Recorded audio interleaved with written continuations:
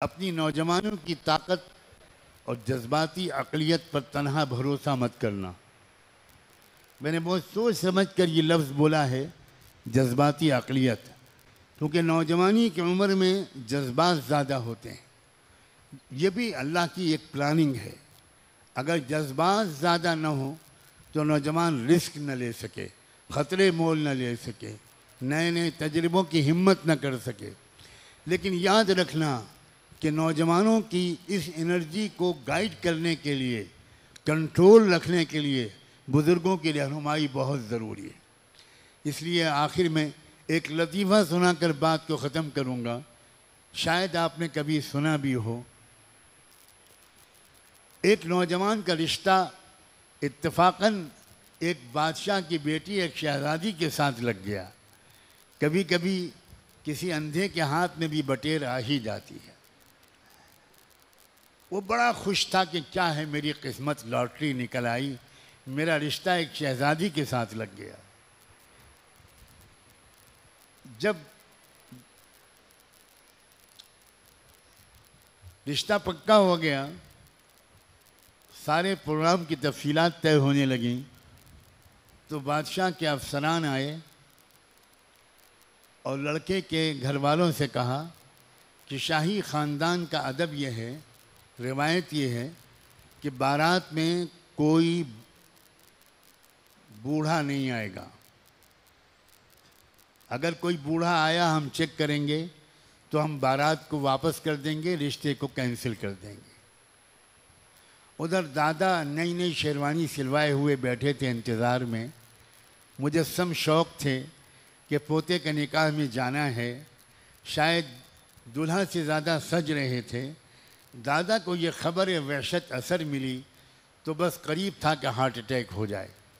दादा ने कहा, कुछ भी हो जाए, बारात न जाए, रिश्ता कैंसिल हो जाए, सब मंजूर है, मैं न जाऊं ये मंजूर नहीं है, मैं ज़रूर जाऊंगा। दिन गिने जाते थे जिस दिन के लिए, कब से मैं आज के दिन के इंतज़ार में तैयारी करा रहा हूँ। रोज़ आईना देखता हूँ कि सफ़ेद बाल बढ़े तो नहीं। लेकिन शाही महल के खुशामद के बावजूद वहाँ से मंजूरी नहीं मिली और ये तय हुआ कि लास्ट डेट ये है, इत्तला कर दीजिए, अगर बूढ़ा आएगा तो हम रिश्ता कैंसिल कर देंगे। पोते के घर वालों ने दादा के पैरों पर गिरकर खुशामद की, प्लीज़ आपने ज़िंदगी भर और कुछ तो किया नहीं है, शादियों में शिरकत का आपका आलमी रिकॉर्ड है, इसलिए इस वक्त आप सब्र कर लीजिए, मुझे जाने दीजिए और हमें जाने दीजिए। मगर दादा भी उसी पोते के दादा थे, असली और नस्ली। उन्होंने कहा कि जाऊंगा और ज़रूर जाऊंगा। एक तरकीब बताता हूँ बच्चों, घबराओ नहीं। तुम तो चूँकि मुसलमान हो इसलिए बारात में ढोलक लेकर ज़रूर जाओगे। तुम तो सुन्नतों के पाबंद हो ना, कौमी सुन्नतों के, इसलिए तुम ढोलक लेके जाओगे तो बड़ी ढोलक बनवा लेना। और मैं तो बुढ़ापे में बक़द्र ज़रूरत मुख्तसर हो गया हूँ, मुझे उसी ढोलक में बिठा लेना, किसी को पता भी नहीं चलेगा, और ढोलक बजाते हुए ले जाना। लड़कों की समझ में ये बात आ गई, ढोलक बनवा ली गई, दादा साहब को बिठा लिया गया, ढोलक बजाते हुए बारात महल में दाखिल हो गई। दरवाज़े पर चेकिंग हुई, कोई बूढ़ा नहीं है, बारात को अंदर ले लिया गया, इस्तकबाल हुआ, निकाह हुआ। उसके बाद अब खाने की मेज़ पर बैठे बाराती लोग, तो एक नई मुसीबत आई। शाही अफसरान आए और उन्होंने हर बाराती के हाथ में एक लकड़ी बांध दी, कोहनी से लेकर हाथ की उंगलियों तक एक सीधी लकड़ी बंध गई।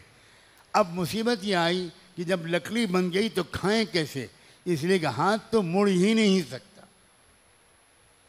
अब लड़के बहुत परेशान हुए। उस वक्त दादा याद आए, इसलिए अपने नुमाइंदे को भेजा कि ढोलक बजाओ और चुपके से पूछो, दादा फंस गए हैं, लकड़ियाँ बन गई हैं, खाएं कैसे।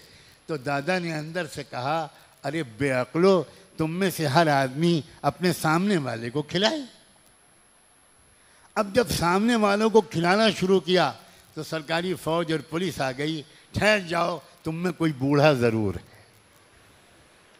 हम तलाशी लेंगे, तुम में कोई बूढ़ा ज़रूर है, ये समझदारी किसी नौजवान में नहीं हो सकती। बस यही लतीफ़े के ज़रिए से तुमसे कहना चाहता हूँ, बुज़ुर्गों की नाक़दरी मत करो, चाहे अपने ख़ानदान के हों, चाहे मोहल्ले की मस्जिद के हों, और चाहे शहर के बड़े आलिम हों, बुज़ुर्ग हों, चाहे मुल्क के कोई मारूफ शख्सियत हो। ये गलती मत करना कि बुज़ुर्गों से, उलमा रब्बानियीन से, अल्लाह के नेक और मुत्तकी बंदों से तुम अपने को बेनियाज कर लो। कुछ नौजवानों में लिटरेचर पढ़कर ये बेनियाजी आ जाती है, ये नुकसानदेह ज़्यादा है, फ़ायदेमंद बहुत कम है। मैंने इस लतीफ़े के ज़रिए तुमको ये पैगाम देना चाहा है कि तुम्हारे ही ज़रिए से इनकलाब आएगा।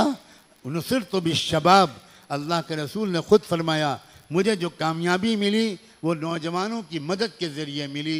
तुम्हारे ज़रिए इनकलाब आएगा, मगर तुम में से वो नौजवान इनकलाब लाने में कामयाब होंगे जो अपने बुज़ुर्गों की कदर करेंगे और उनके इल्म और रूहानियत से और उनके तजुर्बों से फ़ायदा उठाएंगे।